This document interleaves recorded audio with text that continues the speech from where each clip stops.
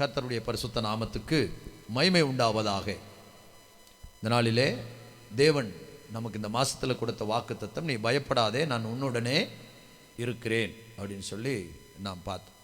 நாங்கள் ஒரு நாளும் காலையில் அதிகாலையில் எழும்பி நாங்கள் எல்லா வாக்குத்தத்தத்தையும் சொல்லுவோம். சரிங்களா? வருஷத்தினுடைய துவக்கத்திலிருந்து கர்த்தர் இந்த மாதம் வரையும் கொடுத்த வாக்குத்தத்தத்தை பார்க்காம சொல்லுவோம். பார்க்காம சொல்லுவோம்.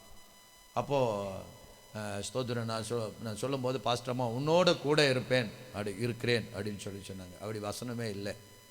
உன்னோட கூட இருக்கிறேன் இருக்கா? பயப்படாதே,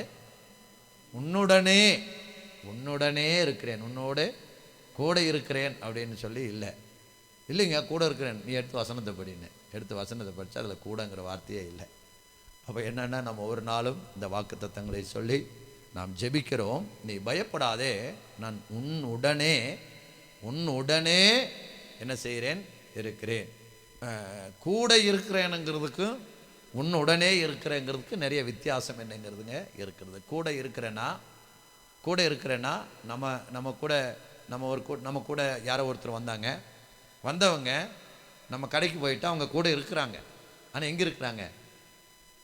வெளியே இருக்கலாம், டீ கடையில் இருக்கலாம், சரிங்களா, கொஞ்சம் தள்ளி இருக்கலாம். சரி, நீங்கள் பர்ச்சேஸ் பண்ணிட்டு வாங்க. நம்ம என்ன செய்கிறோம்?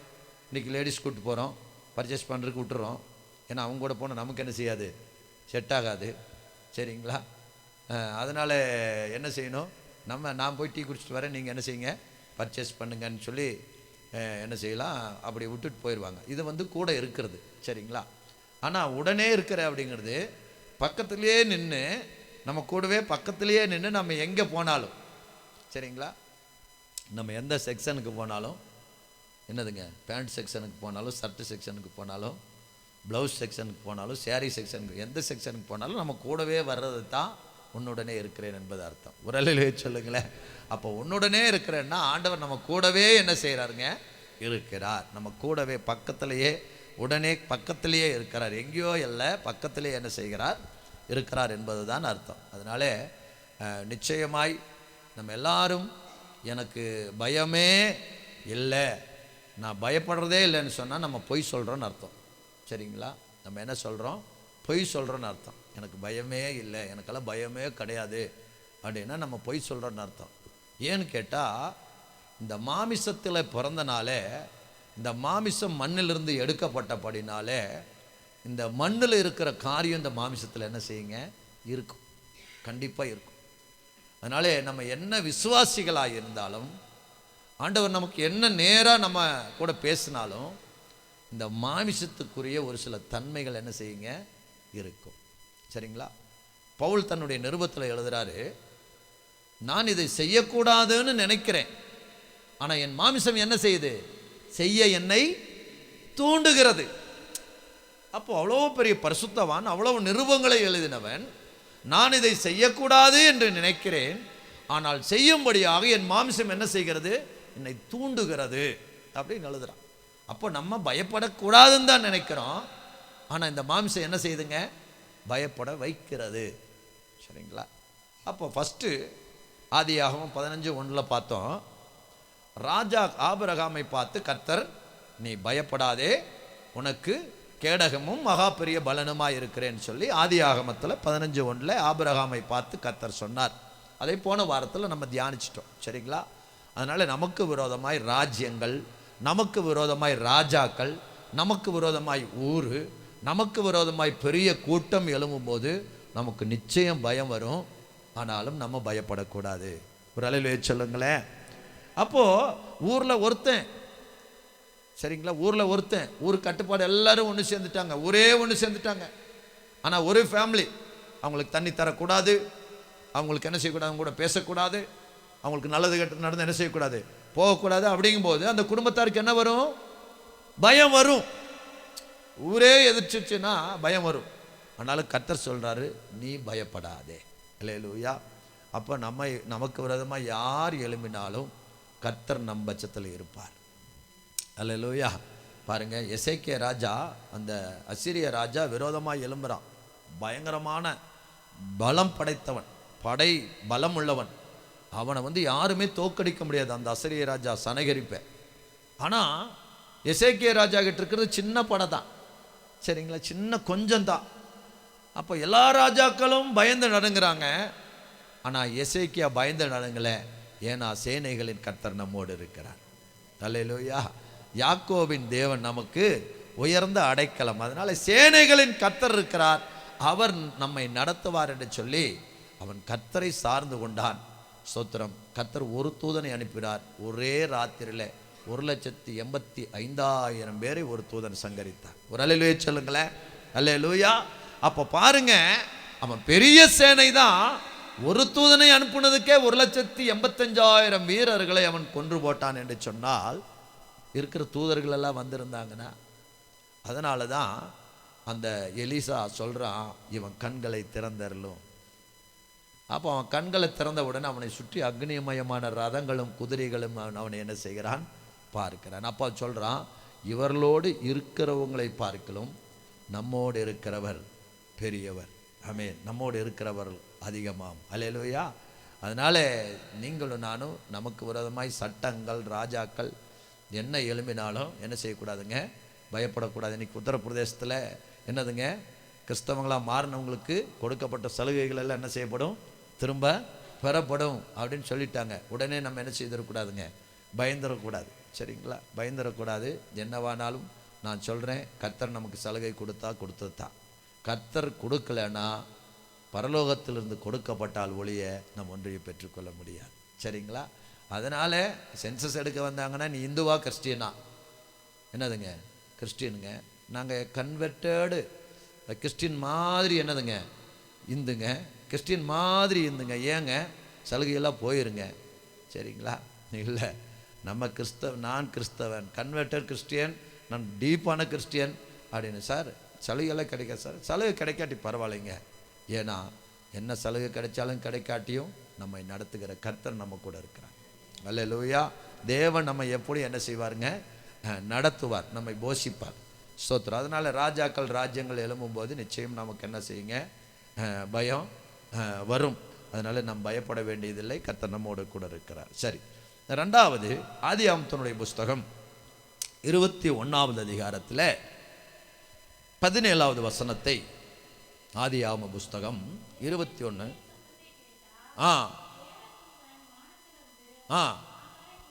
ஆகாரை கூப்பிட்டு, ஆகாரே உனக்கு என்ன சம்பவித்தது, பயப்படாதே கேட்டார். போதும். பாருங்க, வேதத்தில் 366 தடவை பயப்படாதே என்கிற வார்த்தை இருக்கிறது.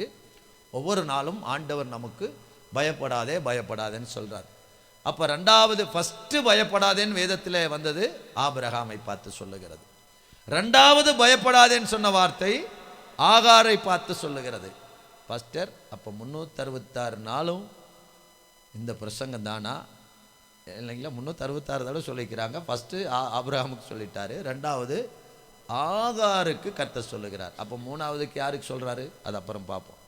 சரிங்களா. மூணாவது யாருக்கு சொல்கிறார்? அப்போ ரெண்டாவது ஆகாரை பார்த்து கர்த்தர் சொல்லுகிறார் பயப்படாதே என்று சொல்லி. ஆகார் என்று சொன்னால் பரதேசி என்ற அர்த்தம். ஆகாருங்கிற வேர்டுக்கு என்ன அர்த்தங்க, பரதேசி என்ற அர்த்தம். அப்போது ஸ்தோத்திரம், எங்கள் முற்பிதாக்களை, சங்கீதத்தில் ஒரு வசனத்தை பார்க்குறோம், எங்கள் முற்பிதாக்களைப் போல நாங்களும் அந்நியரும் பரதேசிகளுமாய் இருக்கிறோம். ஒரு அல்லேலூயா சொல்லுங்களேன். பரதேசிகள் எல்லாம் ஒரு அல்லேலூயா சொல்லுங்களேன். என்ன கெட்ட வார்த்தையாக இருக்குது, நம்ம பரதேசின்னு கெட்ட வார்த்தையில் தானே திட்டுவோம் அப்படின்னு சிவனே சிஸ்டர் யோசிக்கிறாங்க. பரதேசிங்க கெட்டா நம்ம பரதேசியா அப்படின்னா, பரதேசி என்பது என்ன அப்படின்னா, நம்ம இந்த பூமிக்கு நிரந்தரமானவர்கள் அல்ல. இந்த பூமி நமக்கு நிரந்தரம் அல்ல.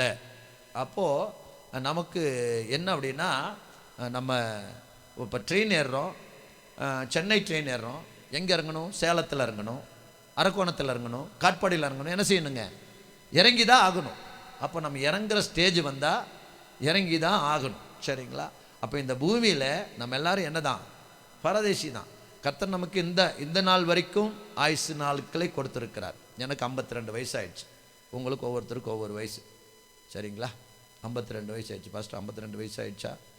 சோத்திரம். அப்போ என்ன அப்படின்னா, நமக்கு கொடுத்த வயசு எவ்வளோ முடிவோ அது வரைக்கும் தான் கர்த்தர் நம்மளை அனுப்புவார். ஒரு அலையிலே சொல்லுங்களேன், நடத்துவார். ஒருவேளை 70 வருஷமாக இருக்கலாம், ஒருவேளை 80 வருஷமாக இருக்கலாம், ஒருவேளை 100 வருஷமாக இருக்கலாம், இல்லை ஒருவேளை 60 முடிக்கலாம், என்ன வேணால் நடக்கலாம். ஏன்னா ஆண்டவர் நமக்கு கொடுத்த ஆயுசு நமக்கு என்ன செய்யாதுங்க, தெரியாது. அப்போ நம்ம இந்த யாரு கிடையாதுங்க, இந்த பூமிக்கு நிரந்தரமானவர்கள் அல்ல. நாம் ஒரு நாள் நம்முடைய ஓட்டத்தை, இல்லைங்களா, ஓட்டத்தை ஜெயமுடன் நானும் ஓடிட அருள் செய்வார், விசுவாச பாதையில் சோராமல் ஓடுவேன். என்ன பாட்டுங்க?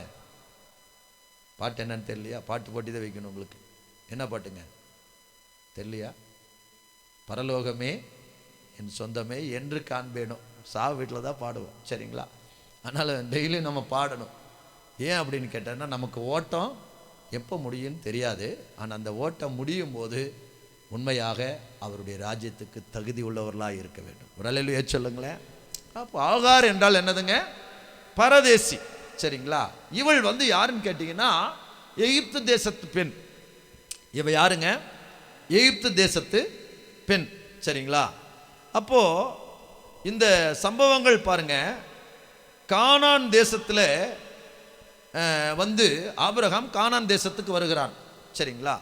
அப்போ கானான் தேசத்தில் 10 வருஷத்துக்கு பின்னாடி அவனுக்கு பிள்ளை இல்லை. யாருக்கு பிள்ளை இல்லைங்க? சாராளுக்கு பிள்ளை இல்லை. ஆபிரகாமுக்கும் சாராளுக்கும் பிள்ளை இல்லை. அப்போ என்ன செய்கிறான்னா, இந்த ஆபிரகாம் என்ன செய்கிறான், இந்த ஆகாரை மறுமனையாட்டியாக என்ன செய்கிறான், சாராள் என்ன செய்கிறான், ஆபிரகாமுக்கு கொடுக்கிறார். அவள் எகிப்து தேசத்து பெண், சரிங்களா? வாசிப்போம். ஆதியாகமம் 16வது அதிகாரத்தில் 1வது வசனத்தையும் 2வது வசனத்தையும் வாசிங்க. ஆதியாகமம் 16:1-2. சாராள்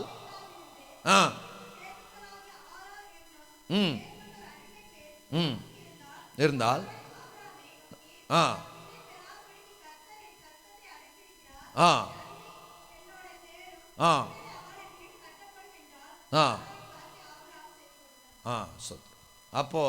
இப்போ இந்த ஆகார் யாருன்னு கேட்டா, சாராயினாலே ஆபிரகாமுக்கு கொடுக்கப்பட்ட மறுமனையாட்டி, செகண்ட் ஒய்ஃப், சரிங்களா? மறுமனையாட்டி. அப்போ சரி, இவ எப்படி ஆபிரகாமுக்கு வந்தாள், சரிங்களா? இவள் எப்படி, எகிப்து பெண் எப்படி ஆபிரகாமுக்கு சாராளுக்கு எப்படி வந்தாள், அவன் ஏன் எப்படி கொடுக்கிறா அப்படின்னா, அதே ஆதியாகமத்தினுடைய புஸ்தகம் 12வது அதிகாரத்தில் 10வது வசனத்தை வேகமாய் வாசிங்க.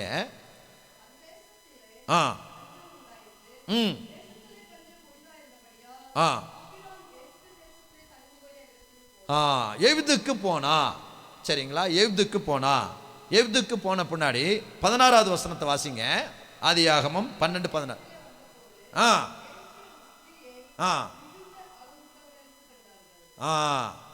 எகிப்து அந்த சாரால அழகுள்ளவளா என்ன செய்யறாங்க, அந்த எகிப்தியர்கள் பார்க்கறாங்க, சரிங்களா? பார்க்கறதுனால என்ன பண்ணாங்கன்னா, அந்த 20வது வசனம் வாசிங்க. 12:20.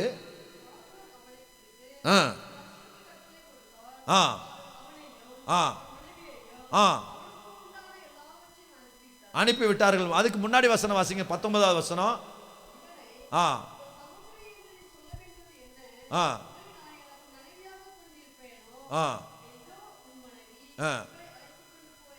சொன்னான். அதில் பார்க்கும்போது அவனுக்கு அவள் நிமித்தம் ஒரு வசனத்தை போட்டீங்க. அவள் நிமித்தம் ஆடுகளையும் மாடுகளையும் வேலைக்காரரையும் வேலைக்காரிகளையும்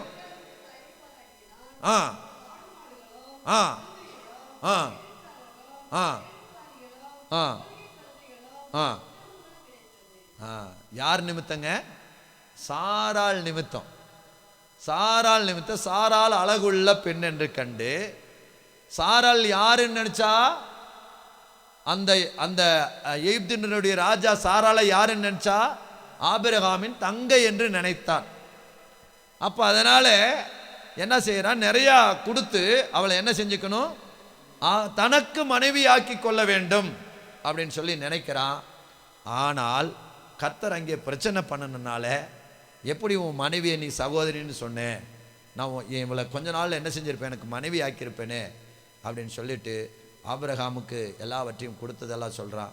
சரி என்ன செய்ய, இனிமேல் என்ன செய்யக்கூடாது, அவன் மனைவியை டச் பண்ணக்கூடாது அப்படின்னு சொல்லி சொல்கிறாப்புல.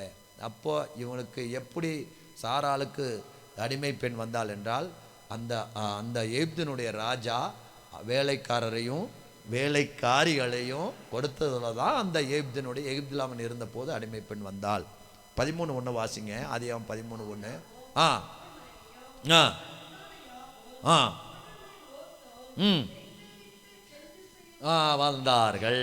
சரிங்களா? இப்போ இந்த காரியங்கள் எல்லாம் நடந்த பின்பு ஆபிரகாமும் அவன் மனைவியும் அவங்க அண்ணன் பையன் லோத்தும் அப்புறம் கூட ஆகாரும், ஒரு அல்லேலூயா சொல்லுங்களேன், கூட ஆகாரும் கூட வர்றாப்புல. கொடுத்த அந்த எகிப்தின் ராஜா கொடுத்த வேலைக்கார் ஆகாரும் வர்றா. இங்கே தான் ஆகார் அந்த கானான் தேசத்தில் இருக்கிறாள். அங்கே இவளுக்கு என்ன செய்கிறாள், ஆபிரகாமுக்கு மறுமனையாட்டியாக பிள்ளை இல்லாதனாலே கொடுக்கிறதை பார்க்கிறான். அப்போ ஆகார் என்றால் பரதேசி. இன்றைக்கு இந்த ஆகார் பாருங்க, இப்படி இருக்கும்போது, அவ கன்சீவாக இருக்கும்போது என்ன செய்யப்படுகிறாள், அவள் கடினமாக என்ன செய்கிறா, நடத்தப்படுகிறாள். நடத்தப்பட்டதுனாலே அவள் என்ன பண்ணுகிறாள் என்று கேட்டால், பிள்ளை பிறக்கிறது. அந்த பிள்ளை என்ன செய்கிறதுனா, அதுக்கப்புறம் ஆபிரகாமுக்கும் ஒரு பிள்ளை பிறக்கிறது. இந்த பிள்ளையை அவன் என்ன செய்கிறான், கிண்டல் பண்ணுறான். சாரா ஈசாக்கை அவன் என்ன செய்கிறான், கிண்டல் பண்ணுறான், காமெடி பண்ணுறான்.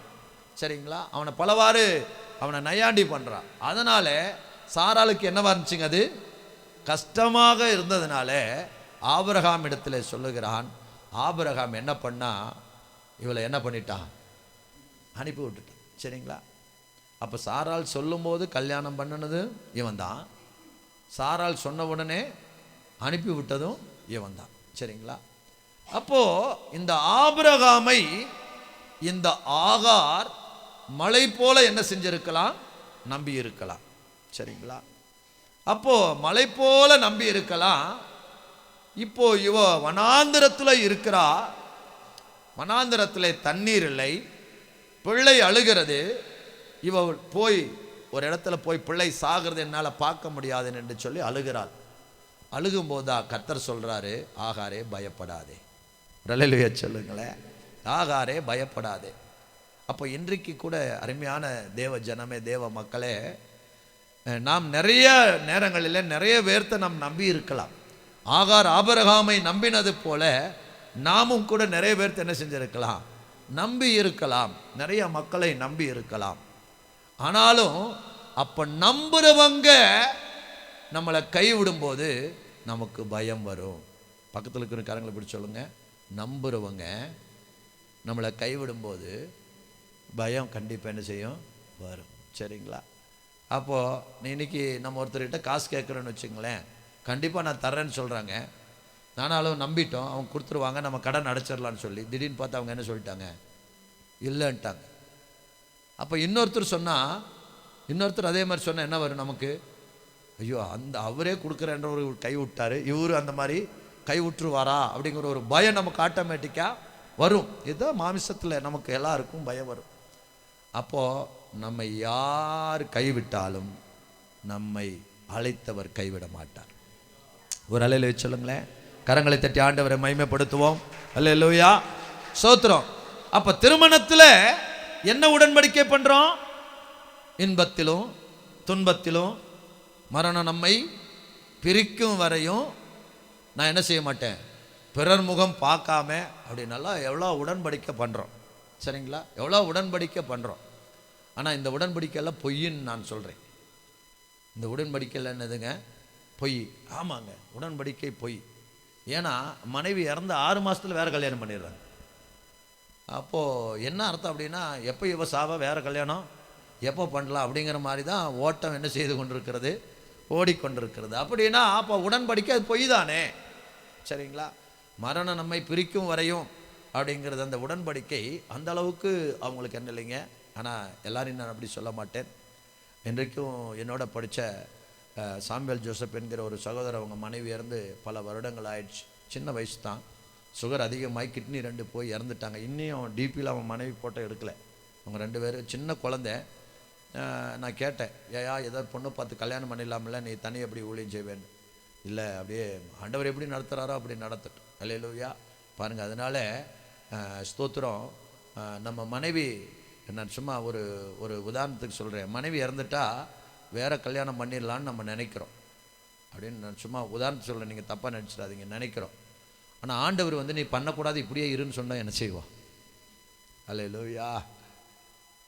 இல்லை, நான் பண்ணுவேன்னு சொன்னால் அப்புறம் அனுபவிச்சுக்கோ, இல்லைங்களா? அப்புறம் என்ன செஞ்சுக்கோ, அனுபவிச்சுக்கோ. இப்படியே இருன்னு சொன்னால் அப்படியே என்ன செய்யணுங்க? இருக்கணும். ஆனால் பவுல் சொல்கிற என்ன ஆலோசனை தெரியுங்களா? ஒரு புருஷன் இறந்துட்டா அதுக்கப்புறம் பிள்ளைகள் இருக்குன்னா விவாகம் பண்ணாமல் அந்த பிள்ளைகளை வளர்த்து அவள் உத்தம விதவையாக இருக்கிறது நன்மைன்னு சொல்கிறார். ஒரு அலையிலேயே சொல்லுங்களேன், அது நன்மைன்னு சொல்கிறார். அவன் திருமணம் மறுபடியும் என்ன செய்யக்கூடாது? திருமணம் செய்யக்கூடாது என்று சொல்கிறார். அப்போ என்ன அப்படின்னா, எங்கேயோ மெசேஜ் எங்கேயோ போகுது, வேண்டாம், அது அவுட்ருக்கு போகுது, விட்டுருவோம். அப்போ என்ன அப்படின்னு கேட்டால், திருமணத்திலே உடன்படிக்கை பண்ணின கணவனே இன்னைக்கு என்ன செய்கிறான்? கைவிட்டு விடுகிறான். அப்போது இந்த ஆகாரை கைவிட்டாப்புல இவன் நினைக்கிறான், நான் என்னுடைய கணவன் தானே, ஆபிரகாம் கணவன் தானே ஆகாருக்கு. அப்போ என்னுடைய கணவனை எப்படி நம்பினேன்? மலை போல நம்பினேன். என் கணவனை எப்படி நம்பினேன்? கடவுளை போல நான் என்ன செஞ்சேன்? நம்பினேன். அவரே கைவிட்டாரு அப்படின்னு. இப்போ என் கணவனே கைவிட்டானா நான் இனி என்ன செய்ய போகிறேன்? நான் இனி எப்படி வாழ போகிறேன்? என் நம்பிக்கை என்ன அப்படின்னு சொல்லி அவன் நினைக்கும்போது கர்த்தர் சொல்லுகிறார், பயப்படாதே. ஒரு அல்லேலூயா சொல்லுங்களேன், பயப்படாதே. அருமையான தேவ ஜனமே, தேவ மக்களே, நம்முடைய வாழ்க்கையில் கூட நாம் நம்பினவர்கள் நம்ம என்ன செய்யலாம்? கைவிடலாம். ஆனால் கர்த்தர் நம்மை கைவிட மாட்டார். அல்லேலூயா. நம்மை நம்பினவர்கள் என்ன செய்யலாங்க? கைவிடலாம். ஆனால் கர்த்தர் என்ன செய்ய மாட்டார்? கைவிட மாட்டார். அப்போது பாருங்கள், ஏசாயா 49வது அதிகாரத்தில் 15வது வசனத்தை வாசிங்க. 49:15.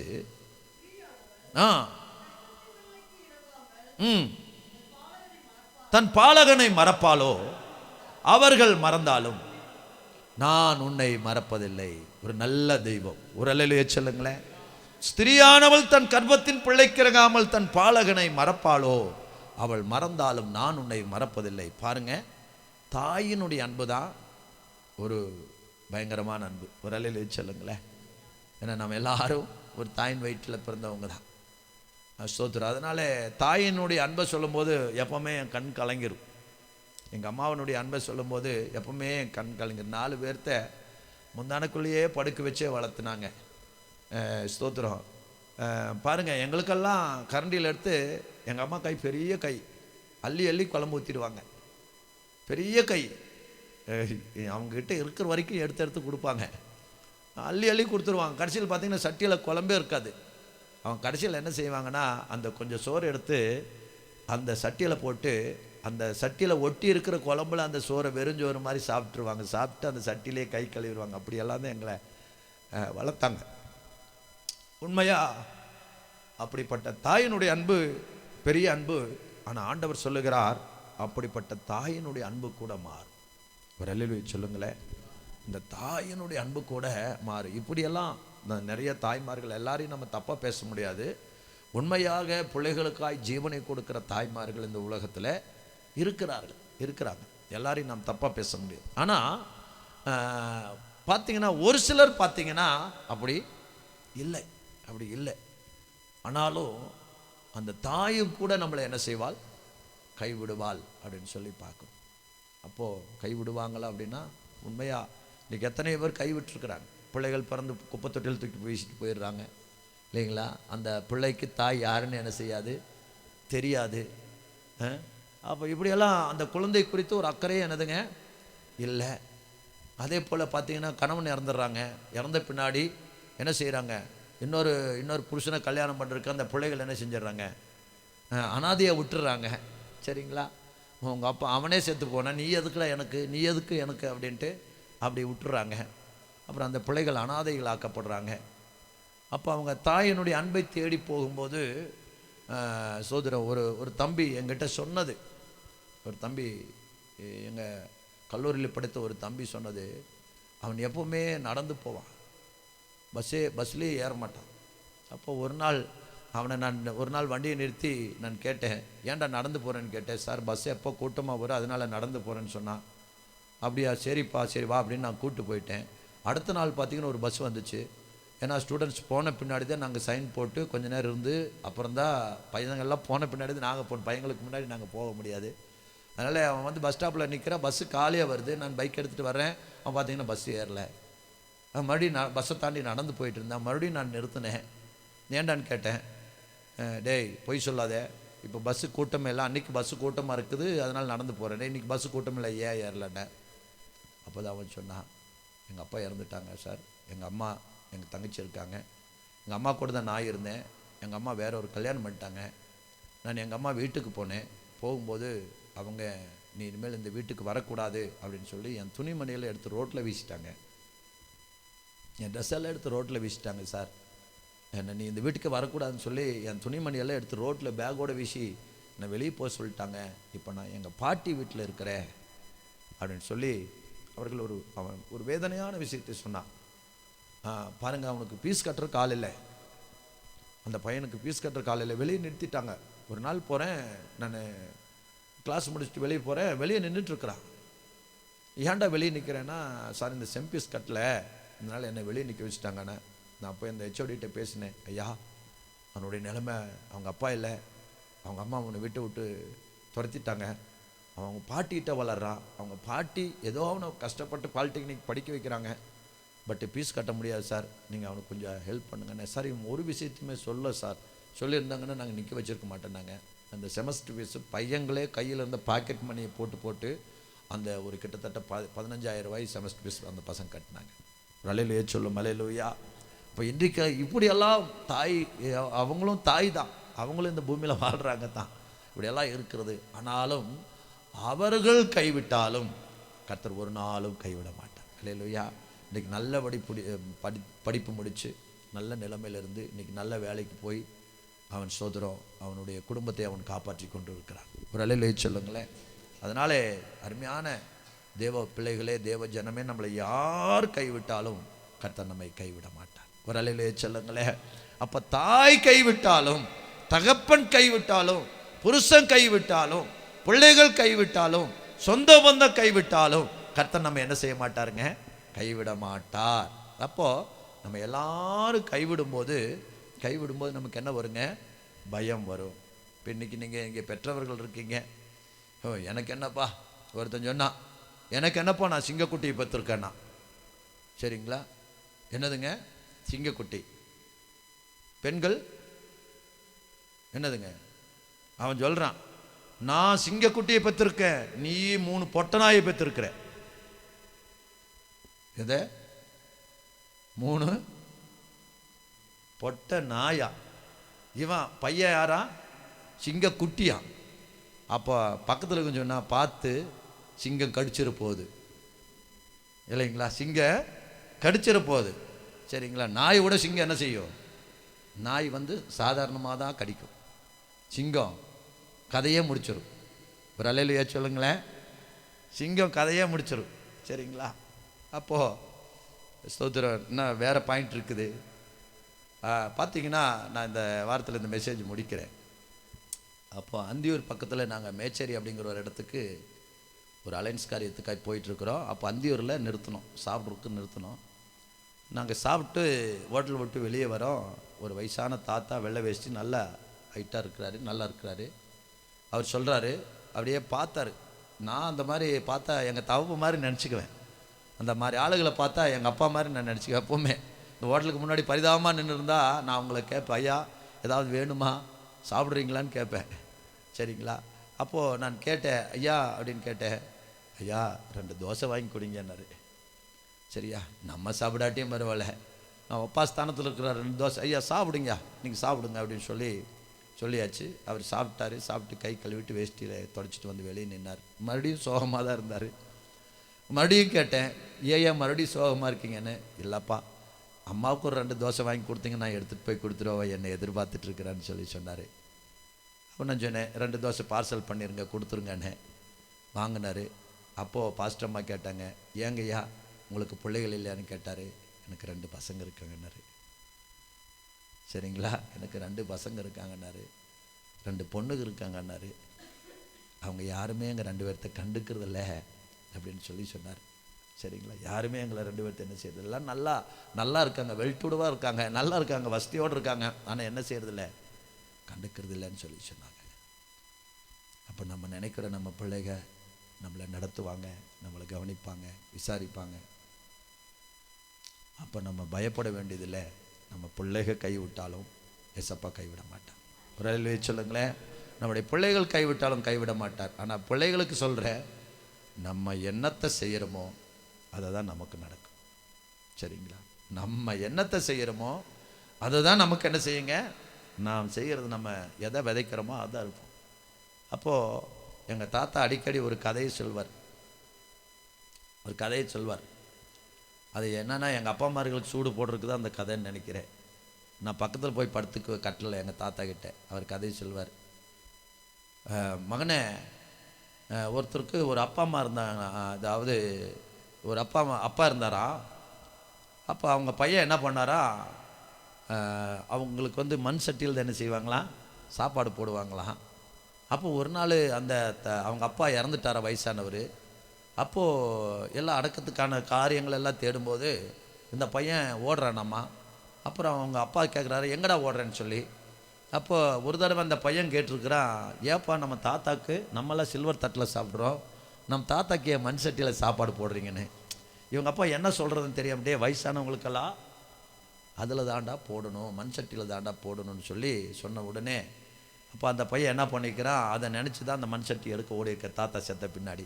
அவங்க அப்பா கேட்டிருக்கிட்டே, உங்கள் தாத்தா தான் செத்து போனார், மறுபடியும் எதுக்கு தான் நீ மண் சட்டி எடுத்துகிட்டு போகிற அப்படின்னு கேட்டால் அவர் சொன்னாப்லையா, நீங்கள் தான் சொன்னீங்க வயசான மண் சட்டியில் சாப்பாடு போடணும்னு சொல்லி, நீங்களும் ஒரு நாள் தாத்தாவை போல் வயசாவீங்க, அப்போ நான் போய் எங்கே மண் சட்டி வாங்குறது, அதனால் அதுக்கு தான் இந்த மண் சட்டி இப்போவே என்ன செய்கிறேன், சேஃப்டி பண்ணுறேன்னு சொல்லி சொன்னாப்லையா. அப்போ நம்ம பெற்றோர்களுக்கு மற்றவர்களுக்கு நாம் எதை செய்கிறோமோ அது நமக்கு திரும்ப என்ன செய்யுங்க, வரும்.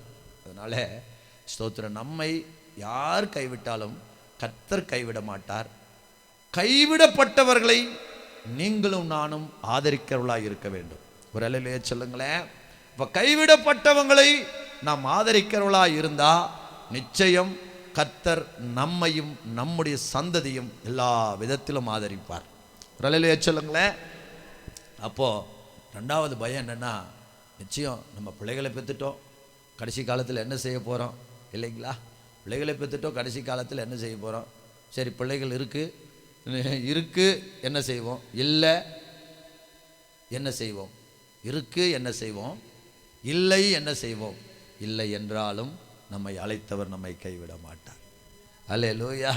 இல்லை என்றாலும் நம்மை அழைத்தவர் என்ன செய்ய மாட்டாருங்க, கைவிட மாட்டார். அப்போது நமக்கு பிள்ளைகள் இருக்குது, எப்படியாவது கடைசி காலத்தில் ஏதாவது கஞ்சி ஊற்றுவாங்க.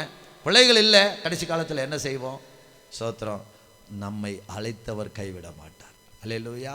அப்போ நம்ம எல்லாருக்கும் அந்த சிந்தனைகள் வரும், பயம் வரும். நானே இன்னைக்கு இருக்கிறேன், நானும் மாம்சத்தில் இருக்கிறேன், நான் எவ்வளோ விசுவாசத்தை பேசினாலும் ஒருவேளை நான் இல்லாத காலத்துக்கு பாஸ்டர் என்ன செய்வாங்க, நான் இல்லை இருக்கிற காலத்தில் நான் பார்த்துக்கிறேன், எல்லாம் வாங்கி தர்றேன், எல்லாம் செலவு பண்ணுறேன், கொடுக்குறேன், பிடிக்கிறேன். நான் இல்லாத காலத்துக்கு என்ன செய்வா, அப்போது அவங்களுடைய லைஃப் என்ன தான், கேள்விக்குறி தான். ஆனால் கேள்விக்குறிக்கு நான் விட மாட்டேன். ரலையிலே சொல்லுங்களேன். ஏன்னா கர்த்தர் நமக்கு அந்த புத்தியை கொடுத்துருக்கிறார். அதனால ஸ்தோத்திரம், தப்பாக நினச்சிடாதீங்க. அவங்க பேரில் கிட்டத்தட்ட ஒரு 4 lakhs. ஏன்னா என்கிட்ட காசு இருந்தால் சொந்த பந்த சுரண்டி கேட்டு சரிங்களா, கேட்டுகிட்டே இருப்பாங்க, உங்கள்கிட்ட காசு இருக்குது தானே கொடு, உங்கள்கிட்ட காசு இருக்குது தானே கொடுன்னு. அதனால் அவள் பேரில் நான் ஃபிக்ஸில் போட்டுட்டேன். யார் கேட்டாலும் அந்த காசு என்ன செய்ய முடியாதுங்க, எடுக்க முடியாது. நான் இல்லாத காலத்துக்கு என் மனைவி அந்த அமௌண்ட்டை வச்சு அவளை என்ன செய்து கொள்ளலாம், ஜமாளித்து கொள்ளலாம். ஒரு அலையிலேயே சொல்லுங்களேன். ஏன்னா கர்த்தர் நமக்கு அந்த ஞானத்தை கொடுத்துருக்கிறார், விவேகத்தை கொடுத்துருக்கிறார்.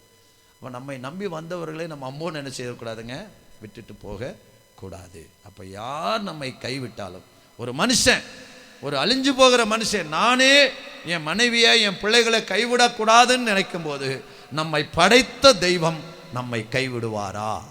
ஒரு அல்லேலூயா சொல்லுங்களேன். நம்மை படைத்த தெய்வம் நம்மை கைவிட மாட்டார், நிச்சயம் நடத்துவார். கரங்களை தட்டி ஆண்டவரை மகிமைப்படுத்துவோமா? அல்லேலூயா, ஸ்தோத்திரம். அடுத்தது பாருங்க, இன்னொரு பாயிண்ட் இருக்கு, ஒரு 5 நிமிஷத்தில் முடிச்சிடறேன். நம்ம 12:35 நம்ம மெசேஜை முடிச்சிருவோம். ஆதியாகமத்தினுடைய புஸ்தகம் 26வது அதிகாரத்தில் 24வது வசனம். ஆதியாகமம்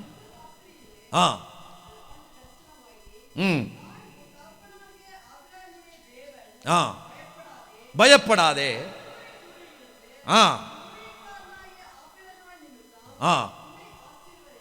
ஆமென், பெருக பண்ணுவேன். 3வது வேதத்தில் பயப்படாதேன்னு யாரை சொல்லுகிறார்னா ஈசாக்கு கிட்ட கர்த்தர் சொல்றார். ஒரு அல்லேலூயா சொல்லுங்களேன். ஈசாக்கு கிட்ட கர்த்தர் சொல்லுகிறார், நீ பயப்படாதே என்று சொல்லி. அப்போ இந்த சம்பவங்களை எல்லாம் நாம் தியானிச்சா நமக்கு நேரம் ஆயிரும். அப்போ என்ன அப்படின்னு கேட்டிங்கன்னா, இந்த 100 வயதில் ஆபிரகாமுக்கு 100 வயதில் சாராளுக்கு 90 வயதில் தான் யார் பிறக்கிறான்? ஈசாக்கு பிறக்கிறார். சரிங்களா? அப்போ இவன் ஈசாக்கு என்ன பண்ணிட்டானா, இப்போ கேராரில் குடியிருக்கிறான். ஆண்டவர் பயப்படாதுன்னு சொல்லும்போது எங்கே குடியிருக்கிறான்? கேராரில் குடியிருக்கிறான். கேராரில் குடியிருக்கும் போது பாருங்க, ஆதியாகமம், நீங்கள் வசனத்தை நோட் பண்ணிக்கங்க, படிக்க வேண்டாம். ஆதியாகமம் 23ல் சாராள் மரித்துடுறான். சரிங்களா? ஆதியாகமம் 23ல் யார் மரித்துடுறாங்க? சாராள் மரித்து விடுகிறாள். ஆதியாகமம் 25ல் ஆபிரகாம் மரித்துடுறான். சரிங்களா? சாராள் முதல்லயே செத்துறா, ஆபிரகாம் 2வது மரிக்கிறான். 26வது அதிகாரத்தில் இப்ப ஈசாக்கு யாருங்க? தாயும் தகப்பனும் இல்லாத அனாதை. சரிங்களா? இந்த வேர்டு ரொம்ப பாரமானது. என்னதுங்க இந்த வேர்டு ரொம்ப பாரமானது. உங்களை வருத்தப்படுத்தி இருக்குமான்னு தெரியல. உங்களுக்கு பேரண்ட்ஸ் இருக்கிறதுனால இன்னும் அந்த பேருக்கு நீங்கள் வரல. ஒரு அல்லேலூயா சொல்லுங்களேன். கவனிங்க, உங்களுக்கு பேரண்ட்ஸ் இருக்கிறதுனால அந்த வேர்டு உங்களுக்கு வரல. எங்கள் அப்பா மரித்த போது, எங்கள் அம்மா முன்னாடியே மரிச்சிட்டாங்க. எங்கள் அப்பா மரித்த போது எங்கள் தாய் மாமா ஒய்ஃப், எங்கள் அத்தை அங்கேருந்து அழுதுட்டு வராங்க. வந்த பின்னாடி சொன்ன வார்த்தை இன்னும் அது பயங்கர ஒரு வடுமாறி, இந்த வயசில் நீங்கள் அனாதை ஆயிட்டீங்களே அப்படின்னு சொல்லி அதை பார்த்தீங்கன்னா அங்கிருந்து உங்களை எல்லாம் உடைத்தது. எல்லாரும் பயங்கரமா ஓன்னு அழுதாங்க. ஏன்னா எனக்கு கூட ஒரு கிட்டத்தட்ட 45-48 வயசு. ஆனால் என் தம்பி சின்ன வயசு, கடைசி பையன். அப்போ அவனை கட்டி பிடிச்சிட்டு அவங்க அழுகும்போது, இந்த வயசில் நீங்கள் அனாதைகளாக மாறிட்டீங்களே அப்படின்னு சொல்லும்போது எல்லாருக்கும் அந்த ஃபீல் இருந்துச்சு. அப்போது இன்னைக்கு அனாதை என்கிற வார்த்தை ஒரு மனுஷனுக்கு பயங்கரமான ஒரு ஃபீல். சரிங்களா? நமக்கு தாய் இருக்காங்க, தகப்பன் இருக்காங்க, பாரம் இல்லை. ஆனால் அனாதை அப்படிங்கிற வேர்டு பார்த்தீங்கன்னா ரொம்ப கஷ்டம். அப்போது பாருங்கள், ஈசாக்கு அந்த கேராரிலே இருக்கும்போது அவன் யாருங்க? அனாதை. சரிங்களா? அவன் அனாதை, அவனுக்கு தாயும் இல்லை தகப்பனும் இல்லை. அப்போ அங்கே வருகிற பிரச்சனைகளை பார்த்து அவன் பயப்படுகிறான். கர்த்தர் அப்பொழுதுதான் சொன்னார், உனக்கு தாயும் இல்லை தகப்பனும் இல்லை, நான் அனாதை, என் தேவைகளில் என்ன செய்வேன், நீ பயப்படாதே, நான் உன் கூட இருந்து உன்னை நடத்துவேன். ஒரு அல்லேலூயா சொல்லுங்களேன். அப்போது அருமையான தேவ ஜனமே, தேவ பிள்ளைகளே, இங்கே பார்க்கும்போது அவனுக்கு 2 பிள்ளைகள் இருக்காங்க, மனைவி உண்டு. ஆனால் யார் கிடையாதுங்க? தகப்பனும் தாயும் அவனுக்கு இல்லை. அவனை ஆறுதல் படுத்துவதற்கோ அவனை தைரியப்படுத்துவதற்கோ தகப்பனும் தாயும் இல்லை. அப்போ தான் கர்த்தர் சொல்லுகிறார், அவன் பயப்படுகிறான். இன்றைக்கு கூட நம்முடைய வாழ்க்கையில் தேவைகளை குறித்த ஒரு பயம் வரலாம். சரிங்களா? தேவைகளை குறித்த ஒரு பயம் வரலாம். பிள்ளைகள் வளர்ந்து வர்றாங்க, அவங்கள கல்யாணம் பண்ணணும், நம்ம என்ன செய்யறது? சரிங்களா? இன்றைக்கி பெண் பிள்ளைகள், சரிங்களா, ஆண் பிள்ளைகள் பிறந்த ஒரு காலத்தில் அவங்க பயம் இல்லாமல் இருந்தாங்க. ஏன்னா அவங்களுக்கு டவரி கொடுக்க வேண்டியதில்லை. ஆனால் பெண் பிள்ளைகளுக்கு என்ன செய்யணுங்க? நிறைய செய்யணும். அதனால் ஐயோ பிள்ளைகள், அதனால தான் அரசனும் என்ன செய்வானா? ஆண்டி ஆயிடுவானா? யாரை பெத்தா? பெண் பிள்ளைகளை பெற்றா அரசனும் ஆண்டி ஆயிடுவான். அவ்வளோ சீர் செய்யணுங்கிறது அதை சொல்கிறாங்க. அப்போது அந்த தேவைகளை குறித்து நமக்கு ஆட்டோமேட்டிக்காக பிள்ளைகளுக்கே கல்யாணம் பண்ணணுமே, இந்த பிள்ளைக்கு சீர் கொடுக்கணுமே, பிள்ளையை படிக்க வைக்கணுமே, காலேஜ் அனுப்பணுமே. இன்றைக்கி சாதாரண மிடில் கிளாஸில் படிக்கிறேன், நாளைக்கு காலேஜ் போகும்போது நிறைய பணம் வேணுமே, இப்படின்னு தேவைகளை நினைக்கும் போதே உங்களுக்கு எனக்கு அடி வயிற்றில் புளியை கரைக்கலாம். ஆனால் கர்த்தர் சொல்லுகிறார், நீ பயப்படாதே. அல்லேலூயா. ஏன்னா தேவைகளை சந்திக்கிறவர் நம்ம கூட இருக்கிறார். அல்லேலூயா. அப்போ நிச்சயமாக என்ன செய்வாருங்க? நம்முடைய தேவைகளை கர்த்தர் என்ன செய்வார்? சந்திப்பார். ஜார்ஜ் முல்லர் என்கிற ஒரு தேவ மனிதன், ஒரு மிஷனரி, இங்கிலாந்தில் ஒரு அநாதை இல்லம் நடத்தி வந்தார். 1024 பிள்ளைகள், சாரி 10,024 பிள்ளைகள். எத்தனை பிள்ளைகளுங்க? 10,024 பிள்ளைகளை அவர் ஆதரித்து வந்தார். ஆனால் ஒரு நாளும் தேவைக்காக யாருக்கிட்டையும் கையேந்தினதில்லை. முழங்கால் படிட்டு ஜெபம் பண்ணுவார். அத்தனை பிள்ளைகளுடைய தேவைகளை கர்த்தர் சந்தித்தார். ஒரு அலையில ஏச்சல்லுங்களேன். அப்போ 10,024 பிள்ளைகளை வைத்து அநாதை இல்லத்தை நடத்தின இங்கிலாந்தில் ஜார்ஜ் முல்லர் என்கிற அந்த தேவ மனிதன், அந்த மிஷனரிக்கு ஒரு நாளும் அந்த தேவைக்காக அவர்கள் மனுஷங்கிட்ட கேட்டதில்லை. முழங்கால் படிட்டு ஜெபம் பண்ணுவார்கள். கர்த்தர் அவர்களுக்கு நன்மை செய்திருக்கிறார். அல்லேலூயா. அதனால அந்த ஜார்ஜ் முல்லருக்கு தேவைகளை சந்தித்த கர்த்தர் நமக்கும் தேவைகளை சந்திப்பார். ஒரு அல்லேலூயா. கரங்களை தட்டி ஆண்டவரை மகிமைப்படுத்துவோமா? அல்லேலூயா. அப்போ அருமையான தேவ பிள்ளைகளே, நாம் கர்த்தரை சார்ந்து கொள்வோம். பயப்படாதீங்க. என்ன ஆனாலும் நான் கர்த்தரை சார்ந்து கொள்ளுவேன். கர்த்தர் என் தேவைகளை எப்படியும் சந்திப்பார். அல்லேலூயா. அதனால் ஆண்டவர் நம்மை பார்த்து கொண்டிருக்கிறார். அதனால் தேவைகள் அவருக்கு தெரியும். நம்முடைய எல்லா சூழ்நிலைகளும் அவருக்கு தெரியும். சரிங்களா? ஒரு பையன் ஸ்கூல் பேட்ச் வாங்க முடியல. அந்த ஸ்கூல் பேட்ச் 5 ரூபா. அவங்க அப்பா ஊழியம் செய்கிறார். அப்பா 5 ரூபா வேணுன்றப்பல அப்போ அவர் சொன்னார், நீ போய் முழங்கால் படிட்டு ஜெபம் பண்ணு, கர்த்தர் உனக்கு தருவார். அல்லேலூயா. சோத்திரம். அந்த பையன் போய் ஜெபம் பண்ணுறான். ஜெபம் பண்ண பின்னாடி பார்த்தீங்கன்னா ஒரு காக்கா ஒரு 5 ரூபா அந்த தாளை கவிட்டு வந்து அந்த பையன் முன்னாடி போட்டு போச்சா. அதை எடுத்துகிட்டு போய் வாங்கினார. ஏன் தெரியுமா? நம்முடைய எல்லா நிலைமைகளையும் தேவைகளையும் பரலோகத்திலிருந்து ஒருத்தர் பார்த்துட்ருக்கிறார். அல்லேலூயா. அதனால் நம்முடைய தேவைகளை எல்லாம் அவர் நிச்சயமாய் என்ன செய்வாருங்க? சந்திப்பார். தேவையை நினைத்து கலங்காதே, தெய்வத்தை பார்த்து நன்றி சொல்லு. இல்லைங்களா? ஃபாதர் பாடுறாரு, தேவையை நினைத்து கலங்காதே, தெய்வத்தை பார்த்து நன்றி சொல்லு, கொஞ்சத்தை நினைத்து புலம்பாதே, கொடுப்பவர் உண்டு கொண்டாடு. சரிங்களா?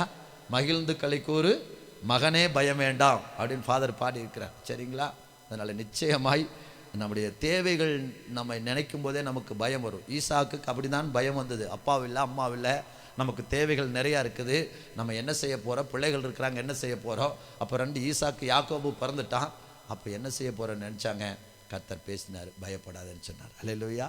அப்போ நிச்சயமாய் 3வது என்னதுங்க? ஃபஸ்ட்டு ராஜாக்கள் நமக்கு விரோதமாக எழும்பும்போது நமக்கு பயம் வரும். நம்பினவர்கள் கைவிடும்போது நமக்கு பயம் வரும். அடுத்தது தேவைகள் வரும்போது நமக்கு பயம் வரும். கர்த்தர் சொல்கிறாரு, இதெல்லாம் நான் உன் கூட என்ன செய்வேன்? உன்னுடனே இருக்கிறேன். அல்லேலூயா. நம்ம கூட கர்த்தர் இருப்பார். நம்ம இந்த வாக்குத்தத்தத்தின்படி நடத்துவார். நம்ம எல்லாரும் தலைகளை தாழ்த்தி ஆமென். தேவன் நம்மோடு பேசி இருக்கிறார். ஆமென்.